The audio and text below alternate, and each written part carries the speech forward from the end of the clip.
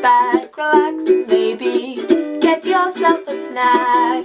Me and you gonna have a little chat about books.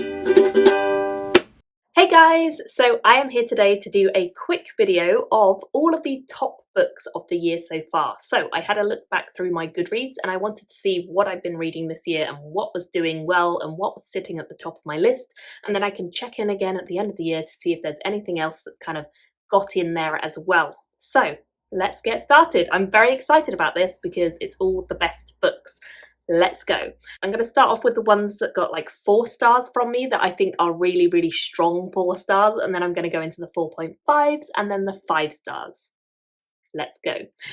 So the first one I want to talk about is The Liar's Knot. This one is a continuation of a series and I really enjoyed this when I read it. I think going back into the world, it felt very voluptuously dark, mysterious, exciting.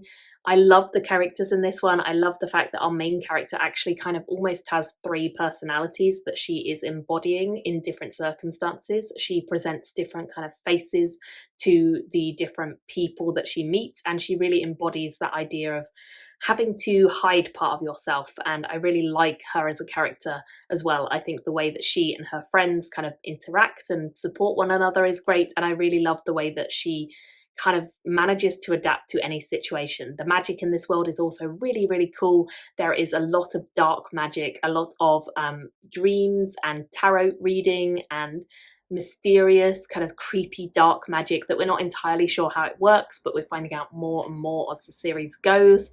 There's also sort of secret sects and different hierarchies in the society, so there's a lot to sink your teeth into with this particular series, and I really, really enjoy the writing and how it's done. So 4 stars, a really strong 4 stars for that one. Next on my list is a Sarah J Maas book. This was House of Sky and Breath. Now this one, again, it got a really strong 4 stars from me. I think it's the second one in the series, and I'll be honest, the first one I really enjoyed, but it was a little bit of a getting used to the world. This one, ooh, it hit the ground running, and by the end of the book there were some serious surprises that I did not see coming.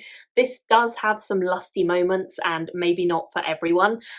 Sarah J Maas in general, she does a lot of lusty moments in her books, but that's fine as long as it doesn't overpower it. For me, in this series, I think she's got a decent balance. I think some of her other series, maybe she's swung a little bit further into the lustiness, and that doesn't always work for me, but this series, for me, it works. I don't tend to read romance very often, but I would say that her books kind of cross between paranormal romance and just dark fantasy.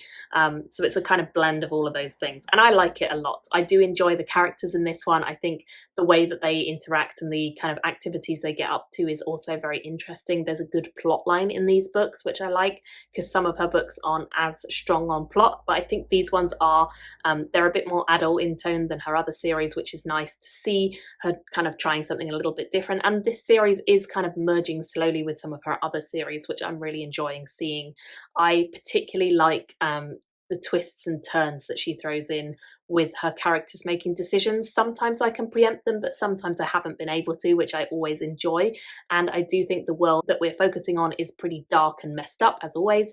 So we've got these ruling powers who are pretty conniving and require kind of some taking down by the little people that we're following. So I'm really enjoying that concept, and I think this book and this series is doing it really well, and I gave this one a very strong 4 stars. Next up, I have a book which is kind of a random one to have made my list, but actually it's one that I really, really enjoyed when I read it, and it still kind of sits very, very strongly for me, and that is With the Fire on High, which got 4 stars. Now this book was beautifully written. It was something, I think it's even contemporary. I don't know if there's any fantasy in it at all. From memory, but I really enjoyed this. It was something very different for me. It's not something I fully expected to like, or at least not as much as I did, and I really was impressed by how much I enjoyed this. The culinary kind of descriptions in it are absolutely beautiful, and the way that it's written is very easy to get into as well. The characters I found very relatable. Even though my situation is not the same as the main characters, I still feel like there were elements that I could really relate to. She just manages to draw you into the story, and she manages to kind of make you feel like it's your own and feel like you relate and you understand the characters and their motives and why they do things and kind of where they want to get. And I just think the descriptions in this book of the cooking in particular and the way that she uses cooking to describe how she sees the world fantastic. Never seen anything done in the same way, and I definitely need to read more by this author because yeah, have not found another contemporary book like this that really worked for me. And this one I highly recommend. Even if you don't read contemporary much, I would say it's well worth trying this one. Next up, I have An Unkindness of Ghosts. Now, this one was a little bit more of a sci-fi-ish read, and it's something I did expect to love because I've heard really good things from everyone who's read it, and I very much did. I certainly found this to be my kind of thing. As soon as I started it, I found it very readable, very easy to get into. There's a lot of good discussion in this particular book about the world that we live in and the difference in colour and difference in hierarchy and difference in perception. I really liked the way that our main character kind of defies stereotypes a lot. He does things that break the norm and do things differently. Kind of a trendsetter, doing everything different to a lot of the people on the ship, and she's fighting against the society in her own way and with her friends and people who want to support her. And it feels like there's some moments where you're forced to think a little bit deeper and kind of consider the circumstances further.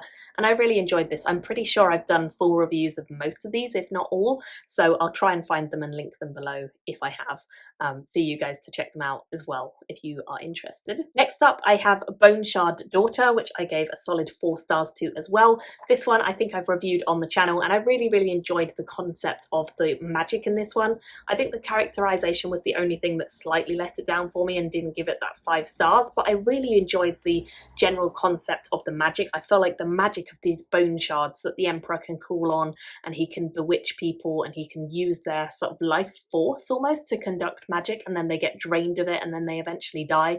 It's pretty savage and it's a pretty brutal world, and I really enjoyed the way that the characters were forced to think creatively, go outside of the box and enlist the help of unsuspecting people around them to kind of take this emperor down and kind of do everything they can to change the way of the world, which has been this way for so many years. So it was a very interesting concept. I really liked the writing, and the rest of the series I very much enjoyed as well. So I'm definitely going to be looking out for more by this author in future. Next up, I have The Black Coast, which was a new to me author as well, and completely fell in love with this series. I very recently reviewed this on my channel, so if you haven't seen my series review for this, you should go and check it out. I gave this 4.5 stars. It was completely something I'd never heard of, but one of those books that just sucks me right in, and I really ended up loving, and I fully recommend this series to anyone who's not tried it.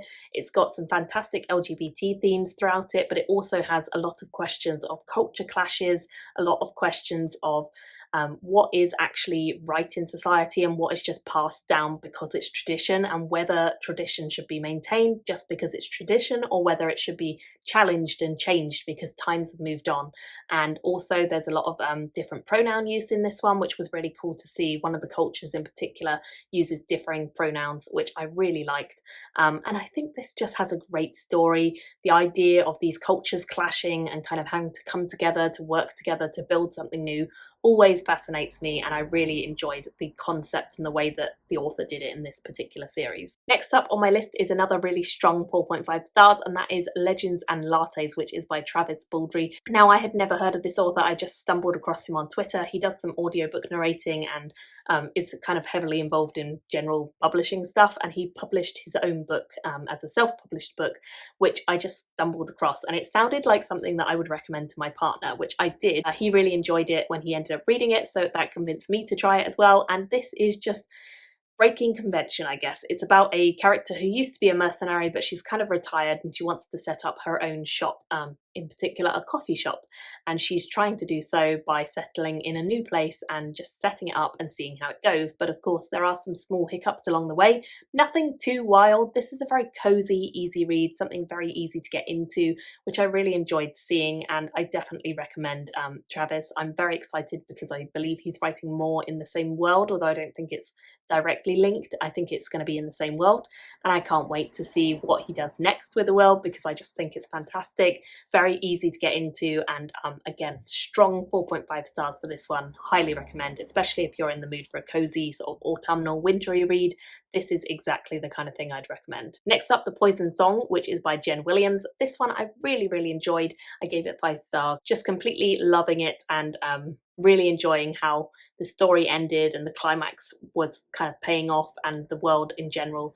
I have done a full series review for this, so I'll link that below if you are interested, and I definitely recommend Jen Williams, although this series is my favourite of hers. I didn't love the Coppercat series, but this series certainly had my attention. It captured my heart, and some of the characters and some of the creatures from this world are fantastic. So I highly, highly recommend checking this out if you haven't already. It's a series that I think is going to appeal to loads and loads of people who are fantasy readers. So I would say definitely try this if you haven't already. And finally, the last one on my list so far is The Veiled Throne by Ken Liu. 5 stars. I think I've done a full review on this, so I won't go into too much detail, but my goodness did I love it. It surprised me in so many ways, and there was a whole segment I did not see coming. It was quite a long, lengthy segment, but I loved it. Now I could see how this may not work for everyone, but for me it ticked every single box and I loved it so, so much. Ken Liu is my second favourite author, my favourite male author at the moment as it stands, and that's still the case with this last book that I've read by him. I am actually about to start reading Speaking Bones by him as well, which is the very final one in the series, so I'm very excited to finish the series, but also quite sad. I love this series so much. I gave it 5 stars, or 4.5 stars for like all the books I think so far, and it's just been great to go back to the world, to rediscover the characters and the world and the stuff that's going on, which is all so complex and fun, and I just love it. I really, really love this series. So I highly recommend checking out the Dandelion Dynasty if you like big epic scope on a world with loads of characters, loads of different plot lines, lots of politics, lots of magic, lots of inventions, lots of cool ideas, lots of Eastern inspired story as well, which is really, really cool. So highly recommend that. Highly recommend everything on this list. Would love to hear if you guys have read any of these books, or if you're planning to, and let me know your favourite book of 2022 so far. Thank you all so much for watching, and I'll see you very soon in another video. Bye guys! Thank you for watching my video today. Go pick up a book, then come back and chat with me again.